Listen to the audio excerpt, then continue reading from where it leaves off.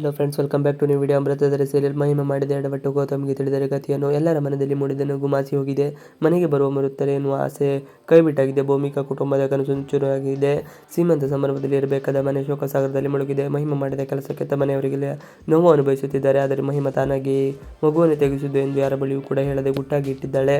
ಎಲ್ಲರ ಎದುರು ಸುಳ್ಳು ನಾಟಕವಾಡಿ ಆಕ್ಸಿಡೆಂಟ್ ಆಗಿ ಮಗು ಅಬಾರ್ಟ್ ಆಗಿದೆ ಎಂದು ಅಂದುಕೊಂಡಿರುತ್ತಾರೆ. ಭೂಮಿಕಾ ತನ್ನ ಮನೆಯವರಿಗೆ ಮಹಿಮಾ ಆಕ್ಸಿಡೆಂಟ್ ಆಗಿ ಮಗು ಕಳೆದುಕೊಂಡ ವಿಚಾರವನ್ನು ಹೇಳುತ್ತಾಳೆ.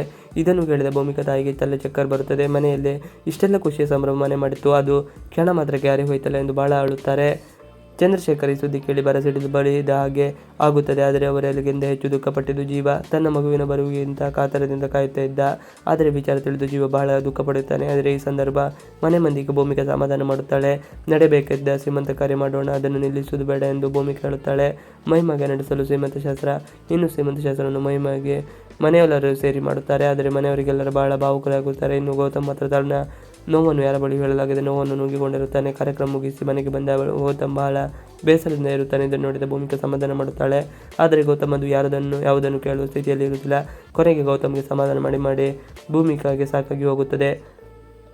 ಭೂಮಿಕಾಗೆ ಧನ್ಯವಾದ ತಿಳಿಸಿದ ಗೌತಮ್ ಮರುದಿನ ಗೌತಮ್ ಭೂಮಿಕಾಳನ್ನು ಕರೆದು ಧನ್ಯವಾದ ಹೇಳುತ್ತಾನೆ. ಇನ್ನು ಮಹಿಮಾಗೆ ಶಕುಂತಲಾ ದೇವಿ ಎಚ್ಚರಿಕೆ ನೀಡುತ್ತಾಳೆ. ಮಹಿಮಾ ಮಗುವಿಗೆ ನೀನಾಗಿಯೇ ಏನಾದರೂ ಮಾಡಿದ್ದರೆ ನಾನು ಯಾವತ್ತೂ ಸುಮ್ಮನೆ ಇರುವುದು ಇಲ್ಲ. ಹಾಗೆ ಇದಕ್ಕೆ ಯಾರ ಕುಮ್ಮಕ್ಕು ನೀಡಿದರೂ ನಾನು ಸುಮ್ಮನೆ ಬಿಡುವುದಿಲ್ಲ ಎಂದು ಮಹಿಮಾಗೆ ಕರೆ ಮಾಡಿ ಎಚ್ಚರಿಸುತ್ತಾಳೆ. ಇದೇ ವೇಳೆ ಮಹಿಮಾ ಅಕ್ಕನಿಗೆ ಬಹಳ ಭಯ ಆಗುತ್ತದೆ. ಅಯ್ಯೋ, ಎಲ್ಲಾದರೂ ಮಹಿಮಾ ತನ್ನ ಹೆಸರನ್ನು ಹೇಳಿಬಿಟ್ಟರೆ ಅವನು ಅಮ್ಮ ಮಾತ್ರ ನನ್ನನ್ನು ಸುಮ್ಮನೆ ಬಿಡುವುದಿಲ್ಲ ಎಂದು ಬಹಳ ಗಾಬರಿಯಿಂದ ಇರುತ್ತಾಳೆ. ಅರ್ಪಿತಾ ಪಾರ್ಥ ನಡುವೆ ಪ್ರೀತಿ. ಇನ್ನು ಗೌತಮ್ ತಮ್ಮ ಪಾರ್ಥ ಹಾಗೂ ಭೂಮಿಕಾ ತಂಗಿ ಅರ್ಪಿತಾ ನಡುವೆ ಪ್ರೀತಿ ಜಗುರಿದೆ.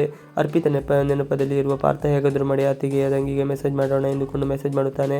ಆ ಕ್ಷಣವೇ ಅರ್ಪಿತಾ ರೀಪ್ಲೈ ಕೂಡ ಮಾಡುತ್ತಾಳೆ. ಇಬ್ಬರು ಕೂಡ ಪ್ರೀತಿಯಿಂದ ಕುಶೋಪಲಕಾರಿ ಮಾತನಾಡುತ್ತಾ ಇರುತ್ತಾರೆ. ಬಳಿಕ ಮನೆಯ ವಾತಾವರಣ ಮೊದಲಿನಂತೆ ಮಾಡಬೇಕು ಎಂದು ಇಬ್ಬರು ಹೊಂದಿಕೊಂಡು ಇರುತ್ತಾರೆ. ಇಬ್ಬರ ನಡುವಿನ ಗೆಳೆತನ ಪ್ರೀತಿಯಾಗುತ್ತಿರುವುದು ಮಾತ್ರ ಸತ್ಯ. ಇಷ್ಟು ಇವತ್ತಿನ ವಿಡಿಯೋ ಇಷ್ಟ ಆದರೆ ಪ್ಲೀಸ್ ಲೈಕ್ ಅಂಡ್ ಸಬ್ಸ್ಕ್ರೈಬ್ ಮಾಡಿ. Thanks for watching video.